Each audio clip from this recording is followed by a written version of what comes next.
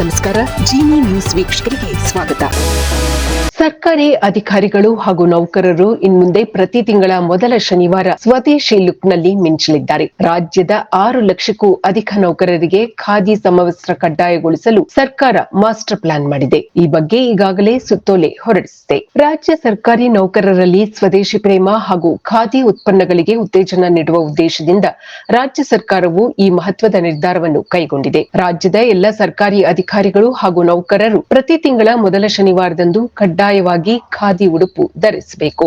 ಈ ನಿಯಮವು ಕೇವಲ ಸರ್ಕಾರಿ ಇಲಾಖೆಗಳಿಗೆ ಮಾತ್ರವಲ್ಲದೆ ಸರ್ಕಾರಿ ಸ್ವಾಮ್ಯದ ನಿಗಮ ಮಂಡಳಿಗಳು, ಪ್ರಾಧಿಕಾರಗಳು, ವಿಶ್ವವಿದ್ಯಾನಿಲಯಗಳು ಹಾಗೂ ಅನುದಾನಿತ ಸಂಸ್ಥೆಗಳಿಗೂ ಕೂಡ ಅನ್ವಯಿಸುತ್ತದೆ.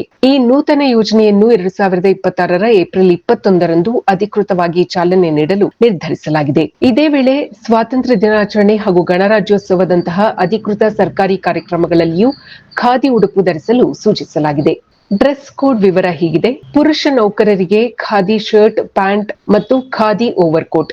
ಮಹಿಳಾ ನೌಕರರು ಖಾದಿ ಅಥವಾ ಖಾದಿ ಸಿಲ್ಕ್ ಸೀರೆ ಅಥವಾ ಚೂಡಿದಾರ್.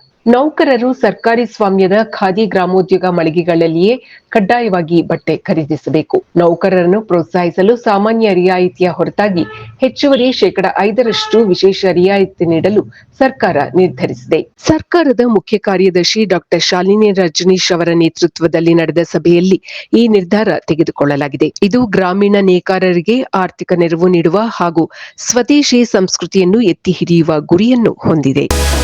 ಇದು ಈ ದಿನದ ನಿರಂತರ ಸುದ್ದಿಗಳಿಗಾಗಿ ವೀಕ್ಷಿಸುತ್ತಿರಿ ಜಿನಿ ನ್ಯೂಸ್. ನಮಸ್ಕಾರ.